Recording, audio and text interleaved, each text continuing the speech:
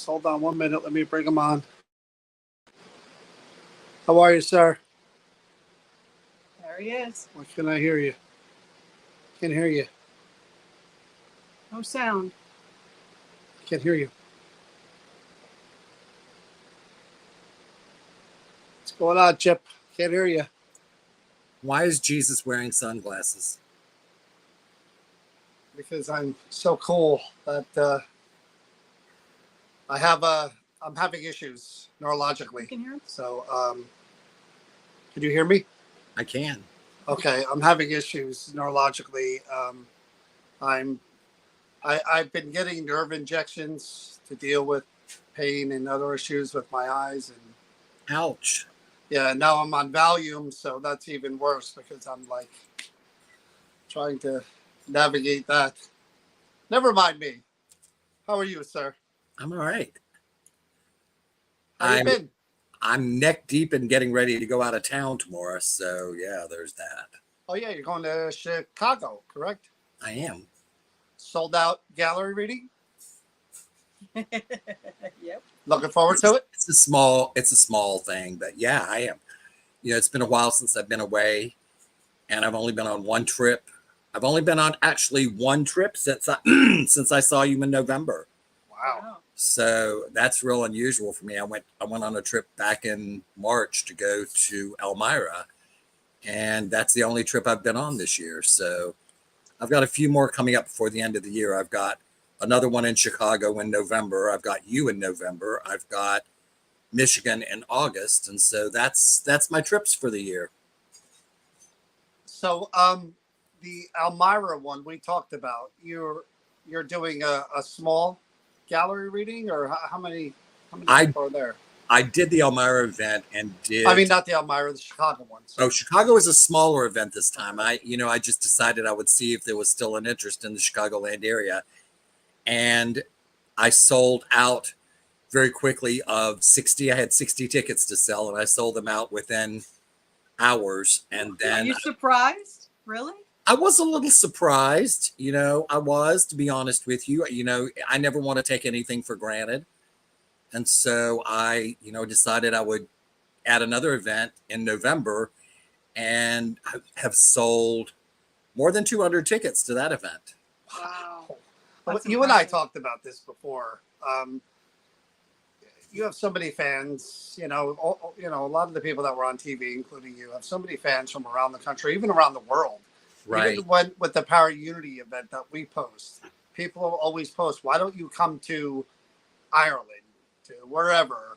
So when you do venture outside of those 1 or 2 or 3 things that you do, of course it's going to go like that. Like this person just said, Wichita, Kansas might be an area to go.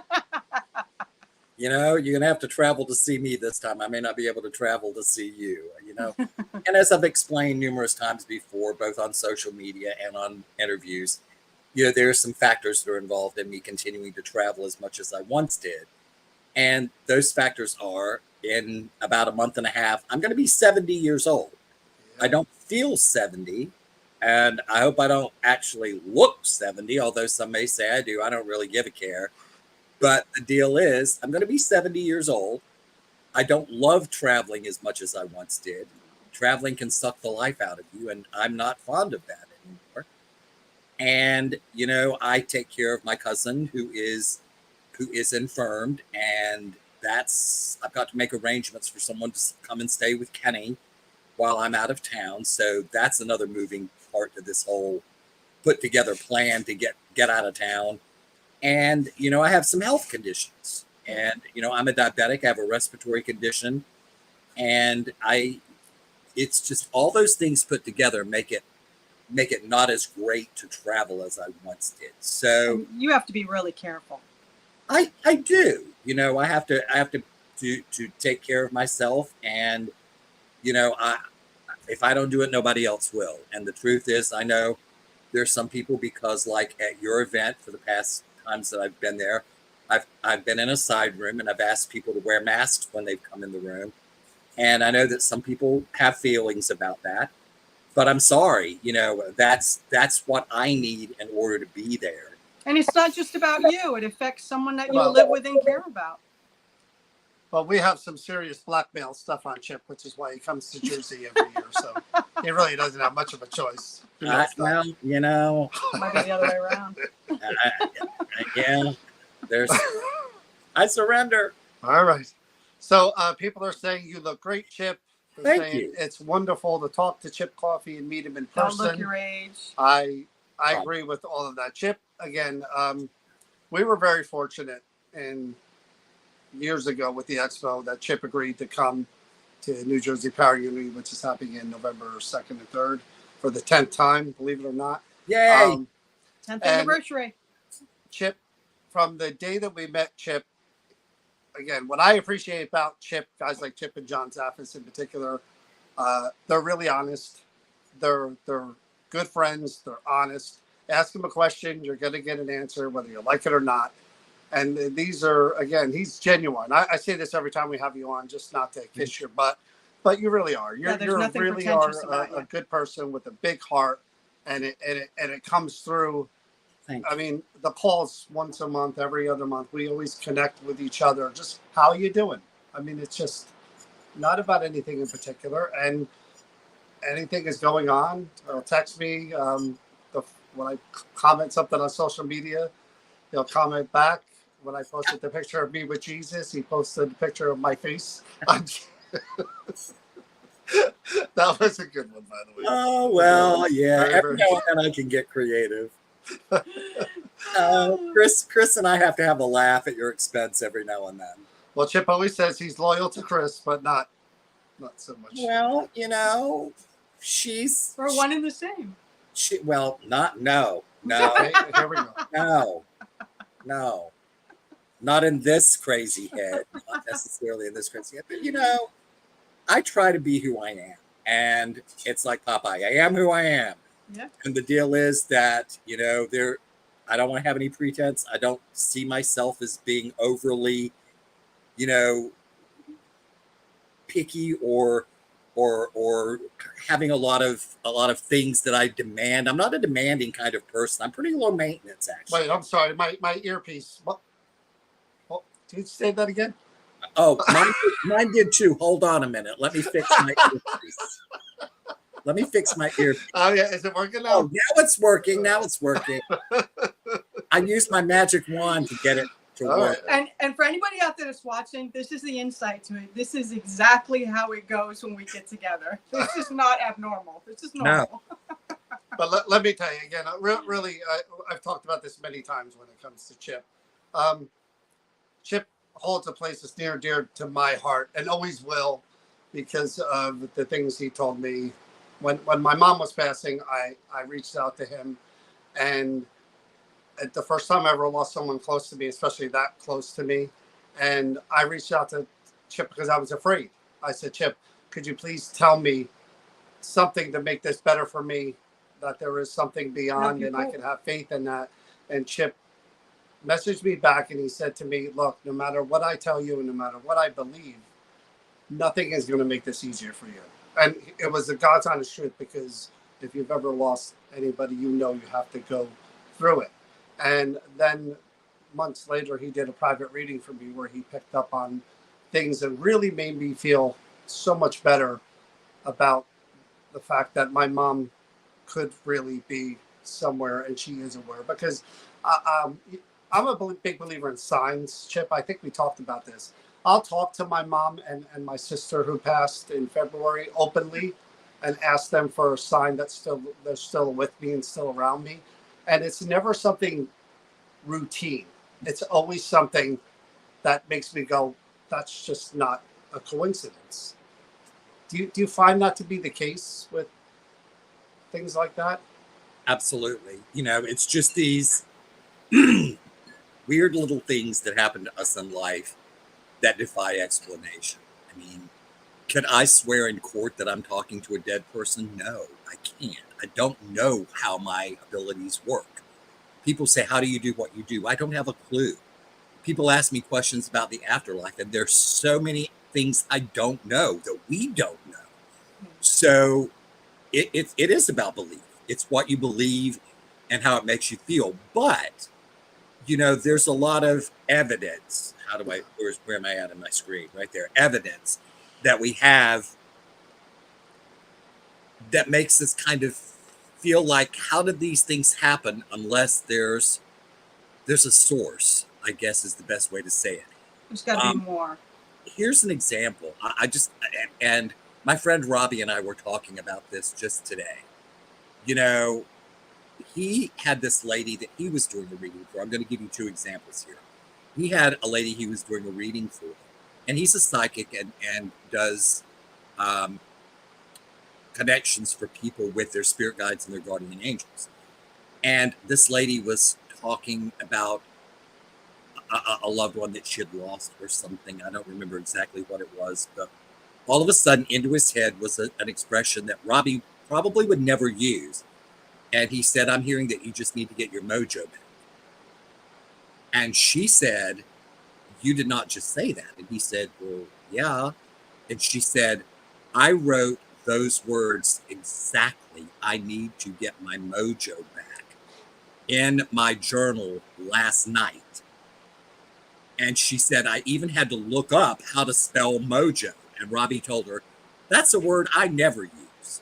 I never use the word mojo. But he somehow was guided to say the words, you need to get your mojo back, just basically punching the fact that she realized it herself, and her spirit partners or whoever was communicating with Robbie at that point in time, just they drove the point home.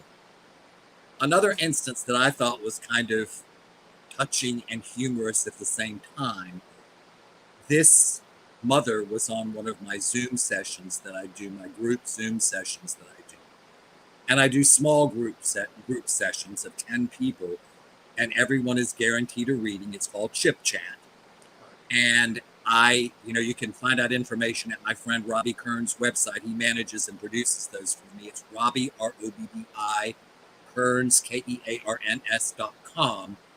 And she was getting a reading. This lady was getting a reading, and she had lost her son. And her son was in his 20s, if I'm remembering correctly, when he passed. And they lived way out in the country where there were a lot of trees, and they would four-wheel and the three-wheel, four-wheel, all that wheeling out in the country, riding around, and lived a real fun life together. And somehow he passed. And she said, can I ask him a question? And I said, yes, but I never know if I'm going to get an answer. I'm only as good as what they're willing to share with me. And she said, well, I'd like to ask him if he likes what we did for him in tribute to him as a memorial. And the son's response was a laugh. And then he said, you guys are a hoot. And she broke down. And she said, let me tell you what that means. She said, before he died, we had been cutting down trees on our property. And there was this one stump that was left close to our house from one of the trees we cut down. And we had a wood sculptor come over and sculpt it into an owl. You guys are a hoot. That's weird. Hoot and That's owl weird. go together. But for him to come and use those words when they sculpted an owl to say, you guys are a hoot. That's not a That's coincidence. I don't understand how this stuff works. I just don't. People want to know how it works, and I don't know that we're going to get answers. I have to sit back sometimes and go, wow. I mean, I would think that they're finding the way that they can communicate, like because they can't hypothetically manifest or, Have open conversations. talking to your ear. Yeah, that maybe. I don't know what the game is. Yeah. Somebody asked the question already, Chip, and I wonder what your take is on this, or even if you would even answer this one. Somebody asked, how do you know if a medium is legit and real? I don't really know the answer to that. I think you've got to do your research. I think you need to just check and see how many followers they have, if they've got a good track record. you know, what if people said about them in the past? And, you know, you've got haters that are out there that are going to say bad things. I've got that stuff on the internet too. But, you know, do they give you things that you feel you resonate with? Right. Do they give you information that somehow you can connect to? Right. So sometimes, I guess, finding the right psychic and medium for you is kind of like finding the right person to cut your hair, or your right dentist, or lawyer. You find out their reputation. You do got research. and you got to shop sometimes. You got to do some shopping around and see who feels right to you. And you know, this may sound like bragging, and I apologize in advance if it does, but I've got a pretty good body of work out there. Yeah, you definitely. You know, I started doing this type of work professionally in 2001, and I've done countless thousands of readings for people out there. And have I pleased everybody? Probably not, and I'm sure not, actually. But, you know, I think I have enough of a reputation out there of not. I'm not one of these people that goes into the whole woo-woo thing. You know, I'm a pretty grounded individual and lead my life pretty firmly planted in this third dimension world. I give it like I get it.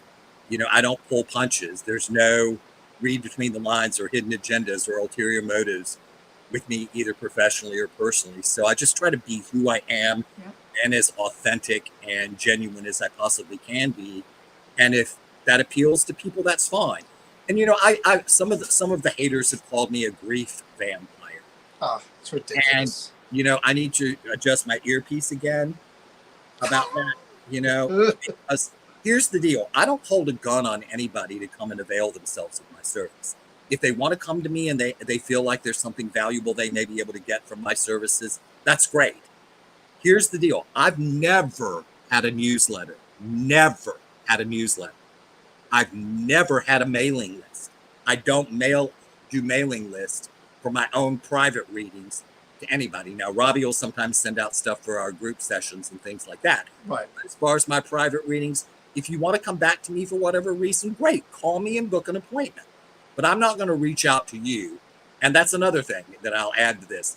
If you get something on social media from people that are saying that they're Chip Coffey and they want to do a Zoom session with you, I don't do Zoom sessions. It'll probably happen here because those people infiltrate everything that you're on and everything that you do. That's fine. I don't do Zoom sessions. And if you go on there and look at their profiles,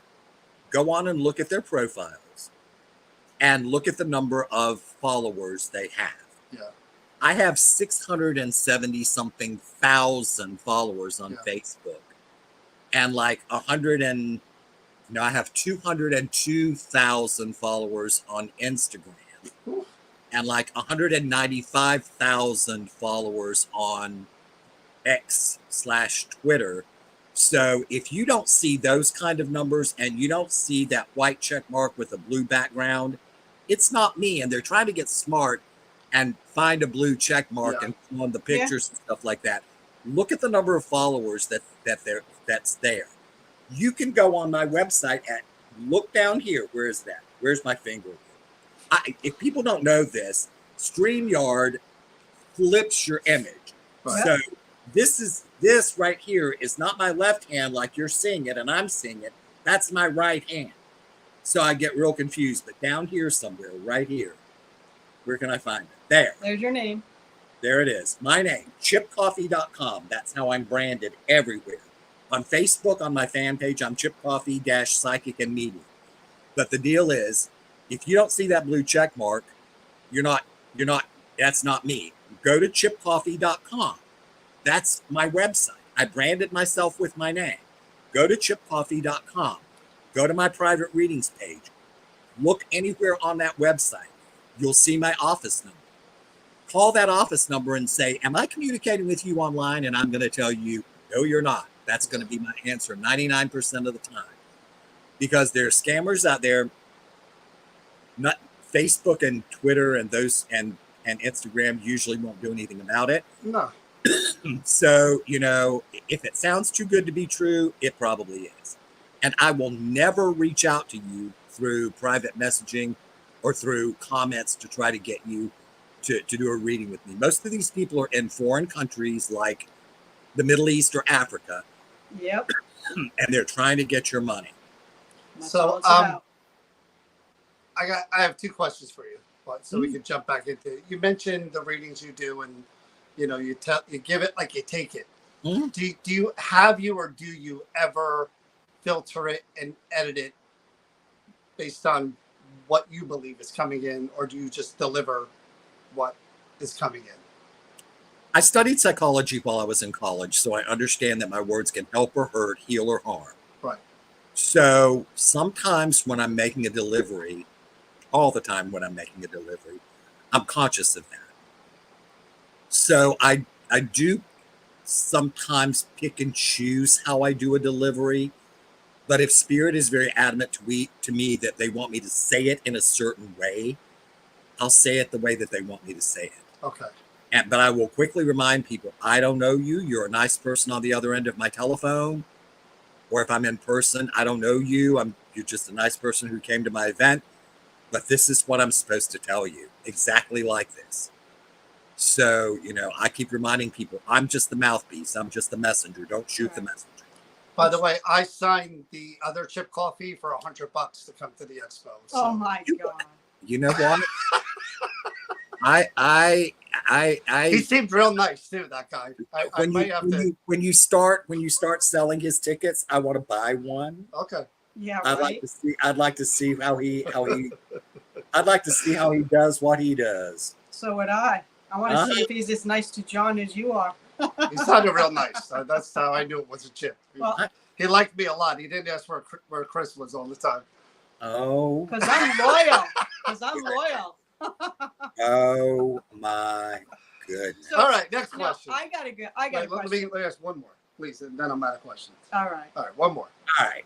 So, Chip, we're all getting a little older. You just said you're almost 70 years old. Yeah. Now, based on the fact that we're getting older and what you do and who you are and the abilities you have, are you afraid of dying and afraid of death? I think everybody is to a degree. I don't want to die a horrible death. I'm not afraid of death. I mean, if there's something after, that's great. If there's not, I'm not going to know it. That's really the truth. The thing that I think of is all the things that are around us, they won't be ours anymore. Yeah. We're gone. That doesn't belong to us really anymore. And if it's lights out, roll the credits and there's anything else, you're not going to know anyway because you're going to be what? Dead. And if it's lights out, it's not going to matter. You're just going to be gone. If there's something more, I think we all, just like those of us who have loved ones who die, to a degree, we kind of grieve the loss of the things and the people around us. I look at my laptop that I'm on right now, and I look at my dog here, and I look at my house. It's not going to be mine anymore. Right. And there's a sense of sadness in me about that. It's a sense of pre-grieving that for me. Right. And that's the part of it.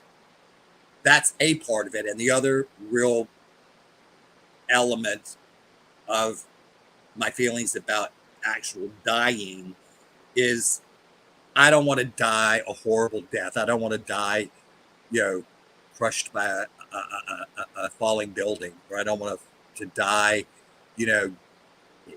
a painful, horrible death or a long, drawn out death. I just don't want to do any of that. So I think more than anything, it's just that's the primary concern is I don't want to die a horrible death. I don't want to do that. I want to die like my grandfather died. Do you have faith in the afterlife? I do.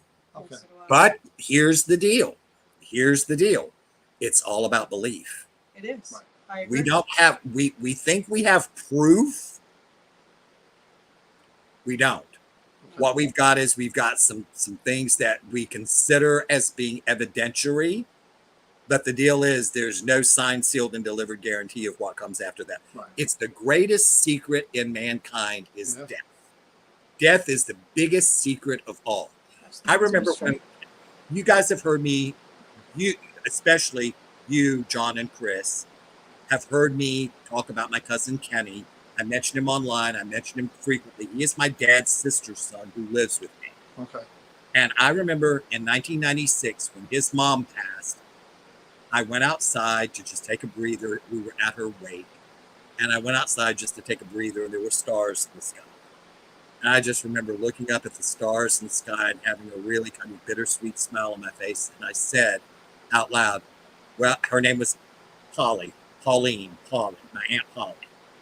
And I said, well, Aunt Polly, now you know the secret. That's as good as it gets. Now you know the secret. And the secret is either there ain't nothing going on after this, or I'm moving on to a different town.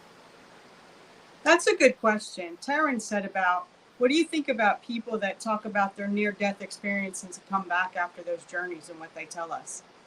I'm a firm believer in near-death experiences. Yeah. I was born while my mom was having a near-death experience. Yeah.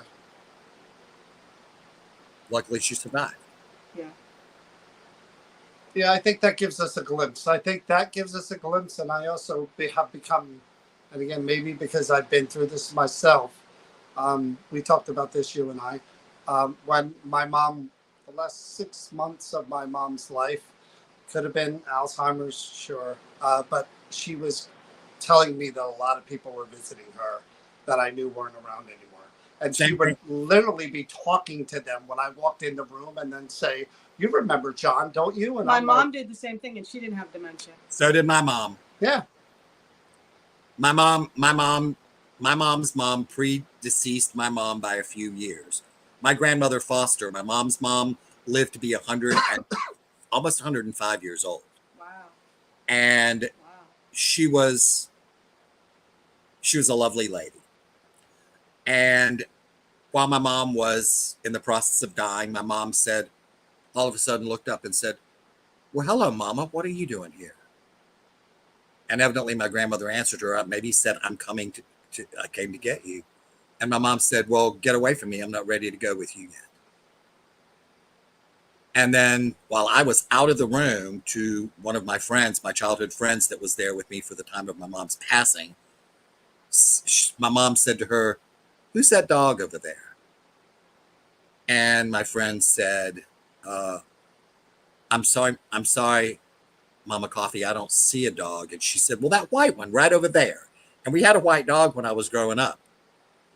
And my friend said, well, I'm not sure who it is. And she said, well, call him for me.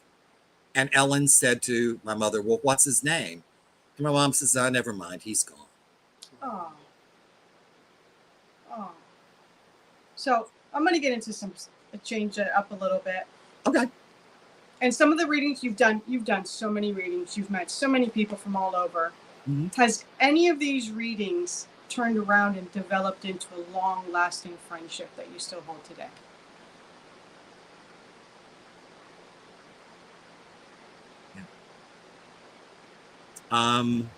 Several, actually, of the people who started out as fans have become friends. I'm going to Chicago tomorrow, the Chicagoland area tomorrow, and my friend Dawn.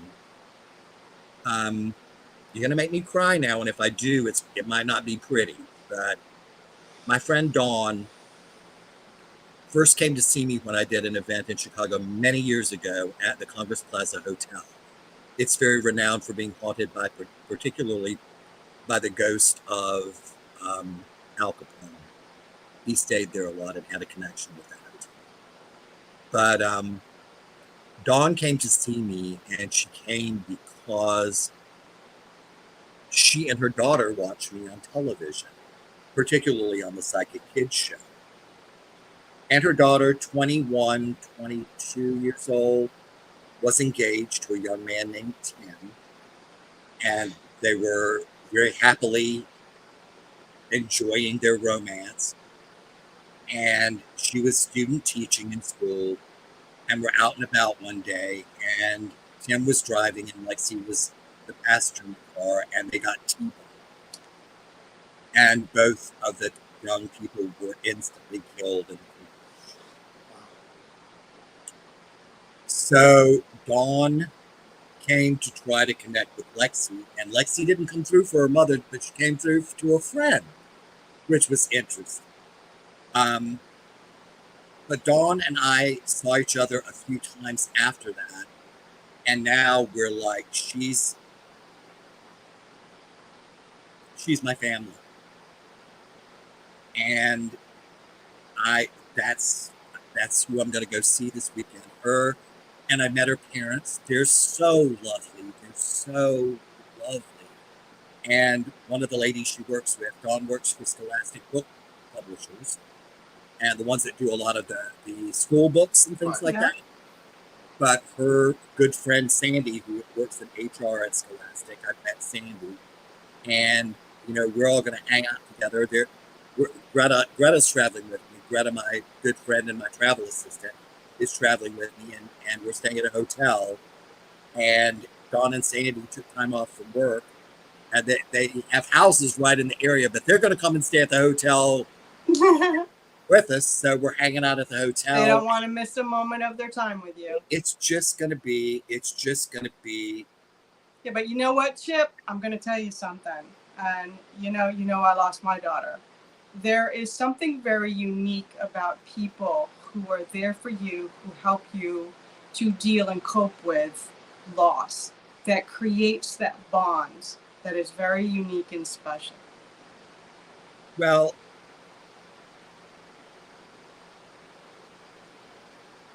I'm glad I'm able to do that for people. And I remember being at the New Jersey event, and you were kind of frustrated about something. Yeah. And I remember walking up to you and wrapping my arms around you and saying something like, "This is from your daughter. She says it's going to be all right. Just take a deep breath." You slayed me with it, but yep. But that was her way of telling me to buck up and suck it up. You can do this. This is beyond you. You don't need this. Well, here's another instance I want to talk about. I don't have a partner. I don't have a spouse. I don't have children. I have 2 lovely godchildren, which I adore. I don't have brothers and sisters. I was raised an only child. My closest relative is a cousin who's living here with me, Kenny. I do have 2 cousins that I'm going to see in the Chicagoland area, but that's the only family that I really stay in touch with. My friends, my closest circle of friends have become my family. I call them my family, friends who've become family. Right. And several of them, I went back to my birthplace and where I've lived off and on in the past of Elmira, New York, a little town in the southern tier of New York. The college that I went to, Elmira College, honored me this past spring, early spring, late winter, early spring, with a Distinguished Alumni Award, which was such an honor and unexpected, very unexpected. But when friends of mine who had become family heard that this was happening, they all decided, many of them decided that they wanted to be there. Wow. And I had friends come from Chicago. I had friends come from Arizona. Had friends fly there from Atlanta with me. And we all stayed in this big house that the college owns that they call the Alumni House. And it was 4 bedrooms, 4 or 5 bedrooms, and a living room, dining room, kitchen, all that stuff, and a patio where you could go outside and sit. And they came to be with me on this long weekend.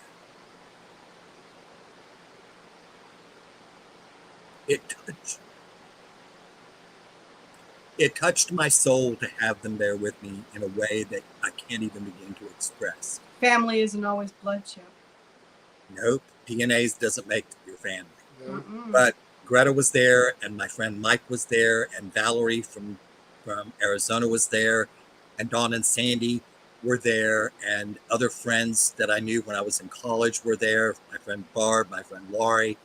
So there were a number of people who I was able to reconnect with, and the head of the alumni office, Sydney, just an amazing lovely human being. But the award was nice, Right. but the fact that that support, those people who Yeah. loved you, they showed it to you. It Yeah. wasn't just this. And we talk about those moments in our life that, again, for most of our lives, that a moment like that would go by, but there are points in your life where that moment you realize the gravity and the memory and the motion and everything you'll remember that moment for the rest of We're your days. celebrating you. And They those were moments celebrating are you. again, they're undescribable. You wish you had more moments like that in your life. But you do, again, like you said, family, blood doesn't always make family. You've got family. But you know how defining those moments are? Those are the moments that make you feel like you matter. Yeah, that you're alive and you're life is worth good. so much That's more what life than- is good. and it's those, and I call them, I've used this term for a long time, eternal connections. And we've probably known these people in the past lives that we've had. Maybe not, I don't know. But all of these, Robbie and Ella, my goddaughter and her dad, came to Elmira. You know, it's just, I forgot to mention them because I was thinking of people that stayed in the house. Robbie and Ella stayed at a hotel so she could go to bed early. But they drove in from their home in the Catskills to actually be at the event, or not be at the event. They came before the event, but they spent some time with us. And it was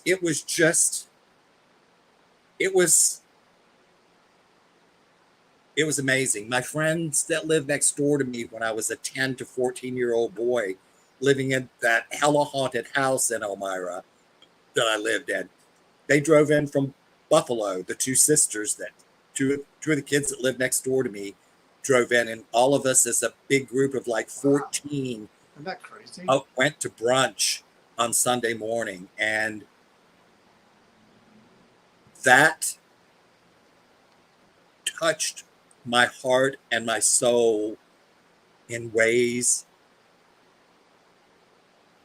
that it's impossible to describe and express. How validating is that, Chip? It made me feel very happy. Yeah. Well, Chip, I got there at 5:05 and it started at 5, and you kicked me out. So you told me don't get there past 5, and they won't let me. Oh my God! Oh. This darn here is just messing up. I don't know. I'm sorry. I needed some levity there. Chip knows what I'm talking about. So let's get into a little bit more. Wait, I have one more Go ahead. question, but because Chip has a way of just kind of brushing over things really. He really does. quick. Like that again. That he talked about it, but he mentioned living in a haunted house. I don't think we ever talked about that you grew. I don't think that ever came up in all of our conversations. That's He glossed over. He mentioned it, really, but I he don't remember doesn't that. really go deep. How long into did it. you live in that house for? Almost 4 years.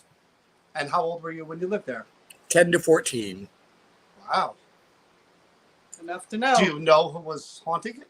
Absolutely. There had only been one other family that lived in the house prior to my parents and me living there. It was an Irish immigrant family named Murphy. And we found out all about the Murphy family. We knew all about them. Wow. And, you know, the house, nothing bad ever happened, but they were very active. They would turn lights on and off, and there were cold spots in the house. They would play single notes on our upright piano. Oh, wow. You know, they would open and close doors. You could hear footsteps, and They were still living there. we were sharing the house with the Murphys. Yeah. And what's really interesting is that I have a picture of one of the Murphy women. For years and years, what was really interesting was the last of the clan died. The mother and the father passed, and none of the children, and they had 6 children, I think, but none of the children ever got married. None of them ever got married. None of them. Bizarre. And when the last of the clan died, her name was Margaret. They sold the house in an estate sale, and that's when my parents bought the house. And the house was in some level of disrepair because she had been living there by herself since her sister died 20 years earlier. And the house had kind of fallen into disrepair. So my parents completely redid the house, tore down wall plaster, and put up new sheetrock and new paint and wallpaper, and redid the floors and made the house beautiful. Right. But when we moved in, there were only two things that were in the house left. They had sold all the furniture and everything. Only two things in the house that were left. And hanging near the front door in a kind of a long rectangular frame, there was a framed Irish poem that someone had framed. And if you're Catholic and you know what a scapular is, look it up if you don't know what it is. SCAPULAR. A Catholic scapular hanging around it. And so I always loved the poem, and the poem said, "This house is yours. Its portal opens wide and welcomes you to all inside. Wow. Dear friend and guest, enter in peace and rest. This house is yours." That's from a horror movie. I think. I And think it's welcoming. Wow. I felt that Creepy is what it is. for years. It's not creepy to me. Somebody pretty well known wrote the poem, but it was lovely. It was framed really nicely in a kind of a mahogany frame. And if this speaks to my housekeeping skills or anything, sorry about that. For years and years, this framed poem hung near my, as it did on Sullivan Street in Elmira, hung near the entrance to my house, near the door. I thought it was a lovely thing to have hanging near your door. Someone could read it and maybe smile. Yeah. And then when I moved into the house that I live in here almost 30 years ago now, I decided that I was going to take this frame apart and clean the glass and, make sure that the frame was all solid and stuff like that. And there was a piece of cardboard on the back of it, and it had nails holding it in, little teeny nails holding it into the frame. So I took those out and put them in a dish so that I wouldn't lose them. I could put them back in their holes. And I took the cardboard off, and I took everything out, and I noticed there's something behind the poem. And I flipped it over, and it was this lovely photograph of Margaret Murphy as a young woman. Wow. Why she had gotten placed behind the poem, I don't know. That's weird. But this picture had traveled with me all through time And you didn't know it. had no clue. So here's a quick question, just the bizarre of connecting dots. None of the children married in that household. No. You've never married. Nope. I wonder if that's kind of a... I don't know. Because with your personality and the way you are, I just can't imagine you not having a life partner. I was in a relationship for 5 years, but earpiece again. But I'm wondering if there's a connection there, especially that you've been carrying that photo all those years. And I took that photo of Margaret and placed it in a new frame that's very similar to the one that was original. Placed the poem back in the original place that I found it, and now both of those things hang in the foyer of my house right by my front door. That is beautiful. Talk about a legacy that lives on. So Margaret, and the last time I was in Elmira, I went and visited all the Murphys' graves. I took everybody that was with me over and we visited the Catholic cemetery where they're all buried. Wow. I hope somebody does that for me. That's why people say that there are no coincidences, that things happen There's a connection for a reason, and stuff like that is just a little too. Well, let me tell you something that happened in the house. I know I don't want to get too far off track, but you've asked about the haunted house. No, let's go. I'll share another story with you. People got wind of what was going on in our house. I mean, you didn't have the internet or social media or any of that back in the day. So people kind of through gossip or neighbor chat, whatever, heard that our house was having some activity. And one of the guys that my parents knew, they were very into CB radios at the time. And one of their CB buddies knew a guy that was working in parapsychology at nearby Cornell University. So some of the team from Cornell University came to our house and did an investigation. And that you're talking, this is 1967, 66, 67, 68 at the latest. So this is a lot of years ago. Yeah. So their investigation was pretty rudimentary. Let's put it that way. They didn't have all the bells and whistles that we have now. They brought one of these big dinosaur reel-to-reel tape recorders with them. Oh yeah. They're big, huge things Uh-huh. that had the two things that spun around, the two reels that reel to reel. And they placed it on the library table in the front hall of the house and evacuated the house. And we left it running. And when we came back and played this tape, listened to the tape, we got, and I swear to you, the most crystal clear Class A EVPs I've ever heard in my life. Wow. Now, one of the kids, one of the female children of the Murphy clan, her name was Bridget. Good Irish name. Bridget Murphy. Bridget Murphy fell down the steps in the house and broke her neck and died when she was 6. Oh, God. well, the name didn't help there. So I suspect this may have been Bridget talking on the EVP. I need to backpedal and say that at that time we had a little schnauzer kind of dog named Cindy. And Cindy would be sleeping, and then all of a sudden she'd startle awake like somebody had called her. And just look around, and on this tape, when we played it back, you hear a little girl say, Cindy, Cindy. Wow. You hear footsteps, and you hear a door open, and you hear the little girl say, Father, Cindy, Oh, 1, 2, up. wow. Just that clearly. Holy crap. And then later, the mother's name was Mary, and they had a daughter named Mary Frances. So later, you hear a man's voice, a very deep man's voice, say, Mary, Mary. And you hear walking, but Cindy, Cindy, 1, 2, up. Yeah. And that's, we talk about all the time, kind of residual energy or intelligent energy.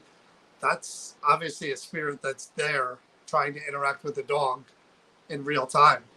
Yep. She's there. Wow. That's crazy. So they're That's- sharing the house wow. within their communication. Yeah. I got I to did- say this real quick. I'm going to tell you something. Oh, go ahead. I'm sorry. I have to say real quick. There's a girl, Lori, on here that said that she met her husband of 43 years on CB. I still have people that remember my mom and dad from their CB days. I wonder what their handle was. Coffee pot. Coffee pot. All right. Coffee pot. And my mother That was is Mother funny. Nature. My mother was Mother Nature. Mother Nature Okay. coffee pot That was a coming big at you. deal back then, man. So here's the funny thing. My dad, the house was beautiful. I mean, it had great bones. And in the dining room and in the front formal living room, there were these huge brass chandeliers that had individual globes on them. And they had been gas chandeliers, but they had been converted into electricity. So each one of the globes, to turn each one on, you had to pull a chain to turn each one of the globes on. And they still had the little twist things on it from when they were gas. But they were these beautiful chandeliers.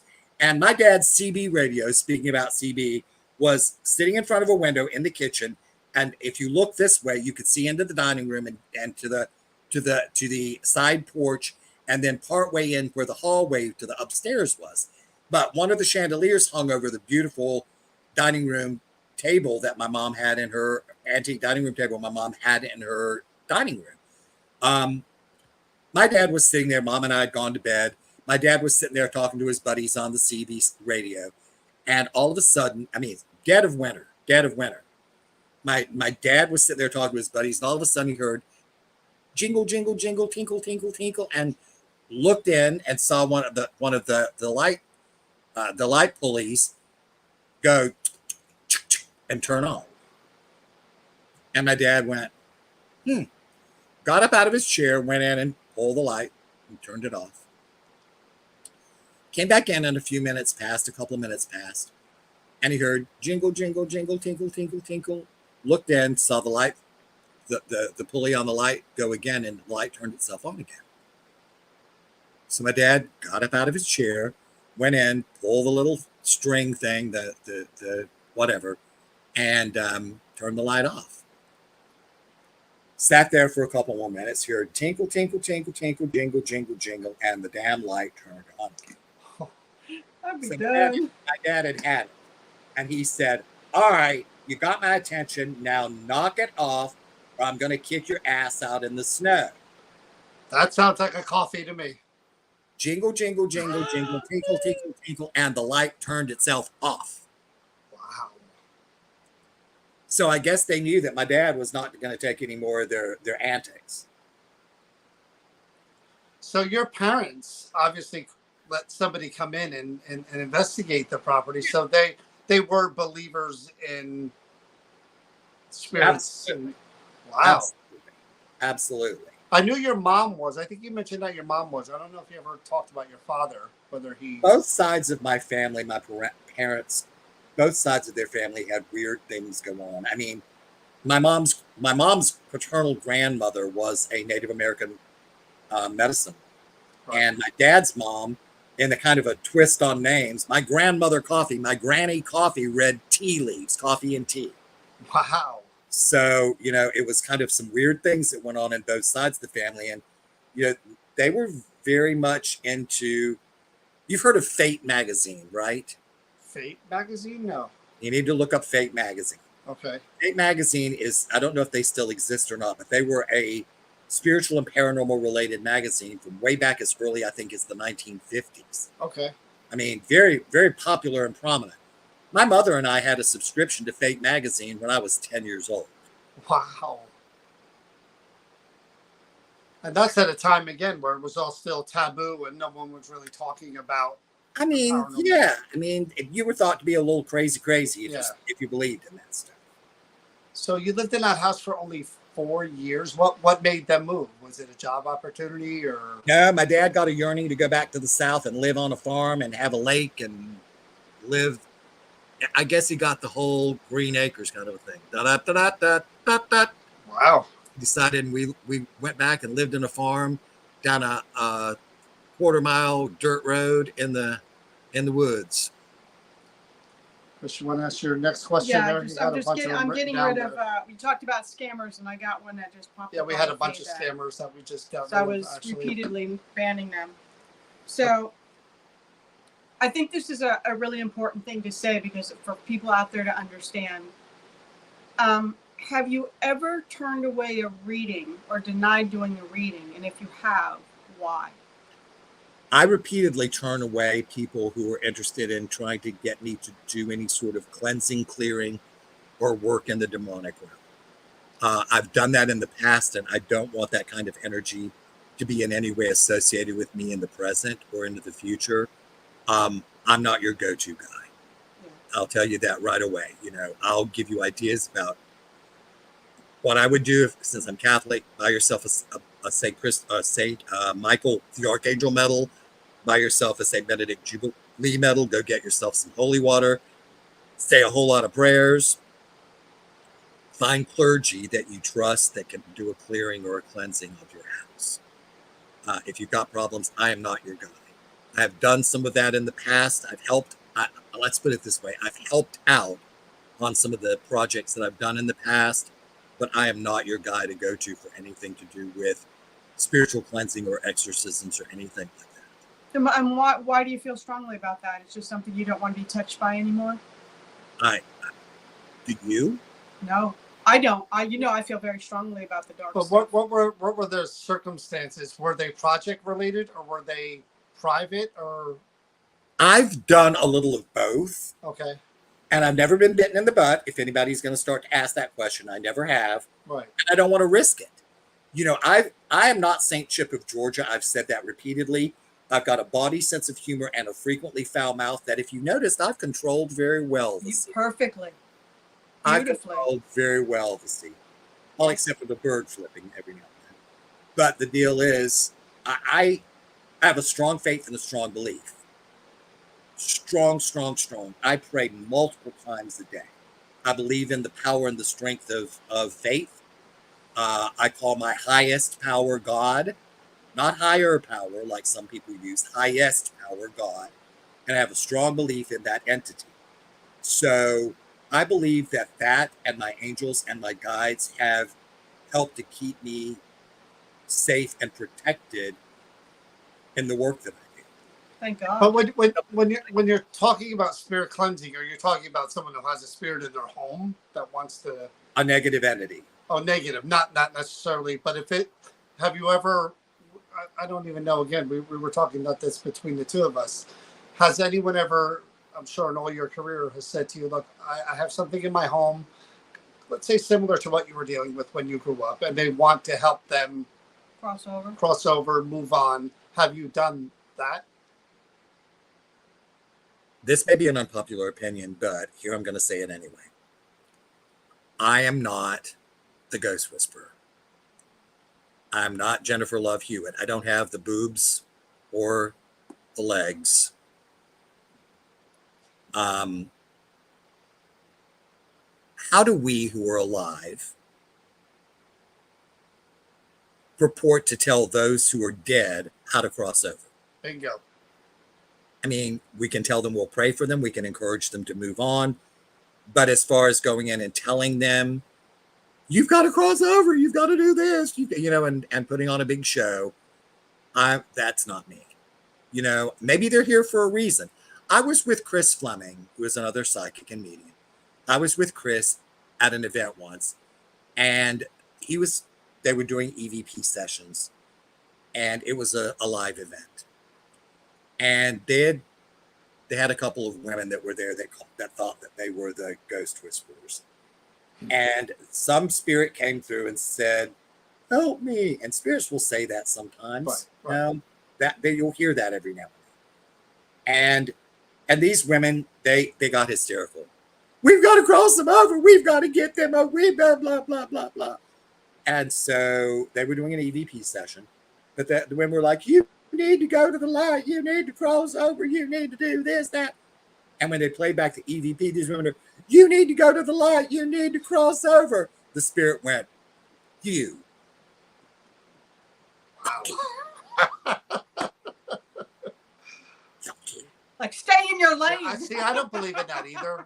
I don't believe us as physical beings have the ability. I believe in going in and saying, you don't have to stay here, or why are you here, or you need to leave these people alone, or don't scare these people, or these people don't want you here anymore. You need to go.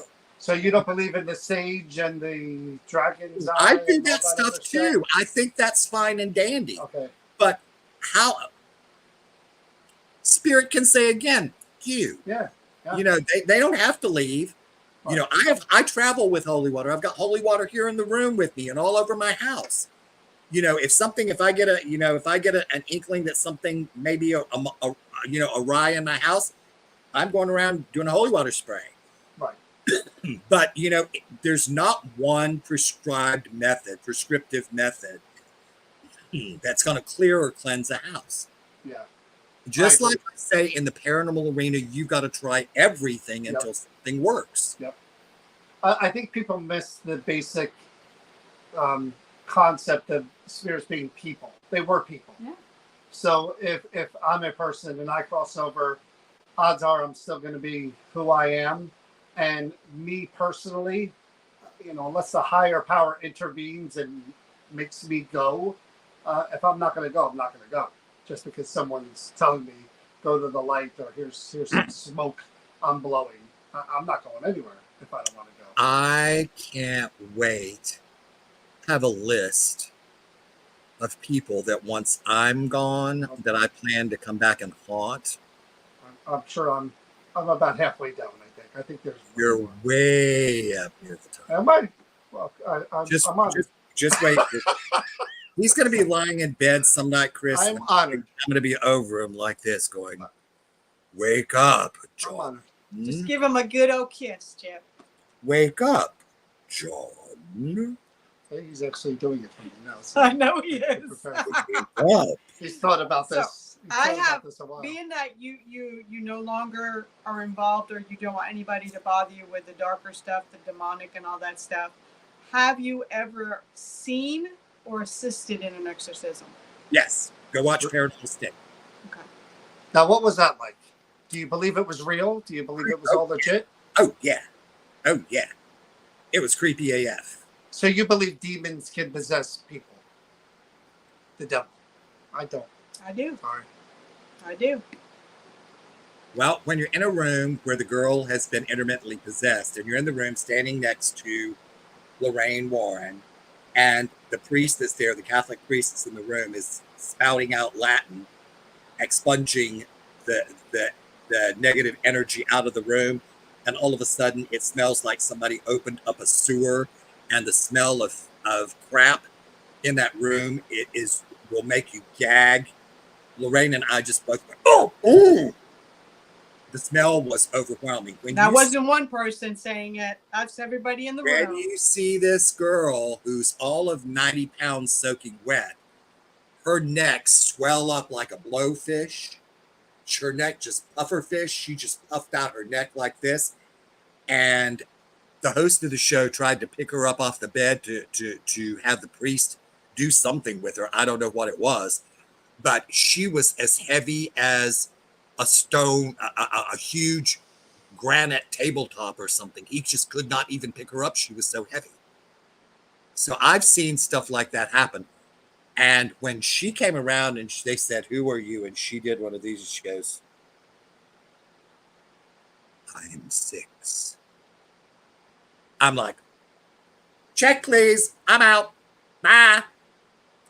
She sat there, and later we watched the video. She sat there like this because there was one camera on her the whole time. She sat there for 9 minutes and did not blink her eyes. 9 minutes. It's an involuntary reaction to blink your eyes to keep them lubricated. She did not blink her eyes for 9 minutes. Yeah. Now, after being around that, do you get kind of like in your head, like going home, like after that, wondering if there are any No, Visual thing that effects. could happen? I douse myself with holy water, pray a lot, and usually go to mass. Okay. I do whatever I can to just go, nope. Yeah, but there wasn't even a little bit in your head to think, okay, I was around pure Well, evil. well, If you did why, think that why was why do you think I have the guidelines that I have today? right, you're freaked I have out. those guidelines because I'm not going to poke the freaking bear. Yeah, I wouldn't either. I'm not going to poke the freaking bear. Yeah, that's what I always wondered. Because we talk a lot about, again, the readings and things like that. And I often wonder, when you're doing a reading, again, this is kind of a routine question that people always ask about, like health issues. If you saw something serious in me or in anyone that's across from you, how do you say anything, or do you just say, hey, you should go to the doctor like soon? I always, why do I say often? I always tell people, I'm not a doctor, I'm not a lawyer. If you ask me about medical or legal things, what I say is not an excuse for getting good, sound advice from a licensed professional. I'm going to tell you that I think you need to see a doctor. You know, I think it's a good idea if you schedule a consultation with your doctor. How soon do you think? I'm sure people reach out to you all the time after they lose people, of course. Is there a period of time that people should wait before 6 they? months. 6 months. That Six, long. 6 months for me. Yeah. And that's Think just about, how long do you? All right. Think about this. How long do you grieve your loved ones? forever. Deeply grieve your loved ones. Oh, I mean, well, strongest of grief. yeah, you're right. Probably within the window of. You're Some not of in a them. mindset to deal with anything other than what you're doing. And with at the moment. they've changed form. They've got to readjust to the fact that they're not in a body anymore. Yeah. So think about this. If the two of you were gonna move today, and you move, and all of a sudden you had 24 hours to move, or not even that long, or you found yourself someplace else and you were unfamiliar with this place. You're like, what? Where am I? And you've got to get your house set up. You got to find the grocery store. You've got to, whatever, get settled in. You got a new roadmap to figure out. You don't want to be having somebody come and call you up or whatever all the time or whatever. So that's the reason I've said 6 months. And my spirit partners usually won't let me through to somebody who's passed away any shorter period of time than 6 months, because they're in a period of transition and adjustment. Now, what about those people who I come to you for one specific person and one person only, and yet you can't, nothing. Maybe that spirit don't want to talk to you. What do you say when that happens? Just nothing. I have no idea. I try to ask them questions about why that could perhaps be happening. And I always will give my clients, since I do direct connection and not open channeling, if I can't get the person that they want to get, I'll always say at another time, do you want to try someone else? Or do you want to try this person again at another time? Maybe they're busy. Maybe my channels are off. Maybe the timing is off. I don't know. I never really fully know. You know, maybe the person, did you have a good relationship? I'll always ask, did the two of you have a good relationship? Sometimes the answer is no. And sometimes that spirit doesn't want to talk to you. Well, I wonder as well, from a psychological standpoint, if you're a therapist, psychologist, I'm sure there are, again, maybe I'm wrong about this too. I'm sure there are people and experiences and things of that nature that sticks with you. How could you not hear, especially in your case, how could you not hear the pain and the desire and the happy memories, the bad memories, the horrible things that whatever a person's life consisted of that these people want to interact with the person? How does that not stick with you? Do you do a memory wipe when you're done, or does any of that ever stay with you? Some of it does, but I've learned to understand that that the information I get does not belong to me. Okay. You know, it just doesn't belong to me. Some of the readings that I've done, you know, stick with me. They've stuck with me and I remember them. But my spirit partners and my angels have done a really good job of not having me take that emotion on long term.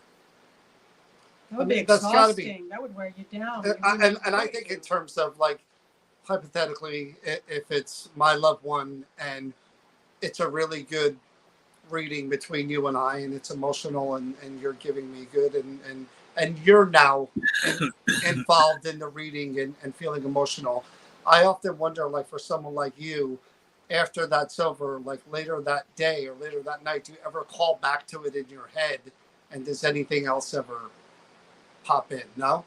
Nope. When the reading's over, it's over. Okay. Wow. Makes sense. Wow.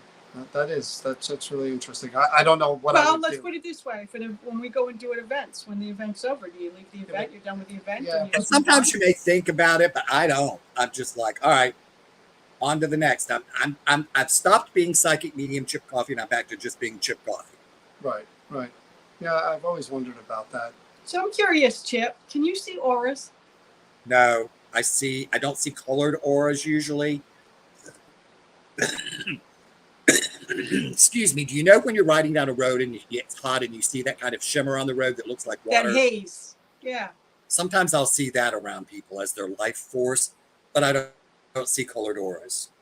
So do you feel, not the aura, but do you get an impression? Like, I get strong impressions of people. Like, I immediately sense if they're good or bad. It's a bizarre thing that I feel. But he'll tell you, I can feel very strongly about a person right out of the gate. And there's very little that can change it. I mean, very little that'll change it. And I don't think I've ever had anything that's changed my opinion either. I've been fooled. I've been fooled a few times, but, I think I let my guard down and I was gold. Yeah, we give people the benefit of the doubt, right? Yep. But I've let my guard down, being that I will talk myself out of it, saying you're being harsh just by what you're feeling or sensing, and then I'll open the door to that person because I felt I was being unjust by making that assumption, and yet later on I find out I should have stuck with my instinct. Well, I kind of feel like maybe there's a lesson I'm supposed to be learning from that person. if there's if they're gonna show their true colors at some point in time, maybe I'm supposed to learn a lesson out of that. Yeah. Well, my problem is I'm a giver. I give. And I'm sure you see my white angelic aura, Chip, as we speak. Yes, paranormal savior. So I love you, Deb. Deb goes, do I Chip, like me?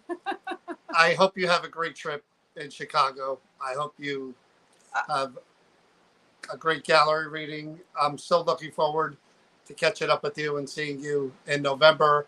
Guys, if you're coming to Para Unity, which I hope you are, November 2nd and 3rd, you can meet Chip and get a selfie with him and buy his book. You can also attend a live in-person gallery reading, which I've done it now for how many years, and I sit there and watch and I laugh. People get emotional in what they're seeing. Cry, It's you just name it's You even if it. you're not picked for a reading, it's hard to describe what you're seeing as it's happening live, as he's on stage just doing what he does. And it's both Saturday and Sunday. Yeah. So NewJerseyParaUnity.com, the Chip Coffey gallery reading link is right there. Purchase your tickets, or you can purchase them from Greta and Chip at his table when you go to meet and greet them. But Chip, thank you so much for coming on again. It was great seeing you again. It always is good to see you too, especially Chris. Hold on, I got one of those itches too now. Oh, you do. Look at you. That's mine. I love you both dearly. You guys have a good rest of your week. I'm gonna. My car service is coming to pick me up at 6:30 in the morning. Woo! Well, thank you for doing this. Yes. I'm So not a morning person. Yeah, I got to go to bed in the next hour or so because I've got to be up at 4:30. Just have a safe, wonderful trip. Oh my gosh. Thank you. I appreciate that. You guys have a good evening. Thank you all for all the people who were here with us, watching and listening and joining us for our little time together. So take good care, my friends, and try, Chris. I know it's work, but try to keep it on a good note. Try to keep him in line, Chris, for gosh sakes. Try to keep him in line. Hey, the Valium helps. Oh wow. Jeez, that was really mean. Well, if you run out of Valium, just go get him. Just go get him a gummy at the dispensary. Wow. I love you, dear. Wow. All the love. I feel it. All right, darlings. I'll talk to you soon. Take care, Chip. I love you, Chip. Be safe. All right. Bye, everybody. Oh boy. See, we were all happy. We're all getting along. Everything was going so well. See that? And I tried to pull the cord and get out of that. Just but couldn't quite I do just it. couldn't get out unscathed. Not this time. Never can with Chip, unfortunately. But hope you guys enjoyed that. Again, Chip is I made the joke about Chip about being there for his award and getting kicked out because Chip does his gallery reading. He goes into a meditative state, and when the gallery reading starts, he's in that state. And once he starts, he doesn't like to break that routine. So he wants everybody in there for the reading at 5 o'clock or 5:30, whenever it starts. And he doesn't like being interrupted. And I've interrupted him many times, and I've heard about it. So that's why I made the joke about him kicking me out. Thank you, Allie. That's very kind of you to say. We appreciate that. But thanks for watching, guys.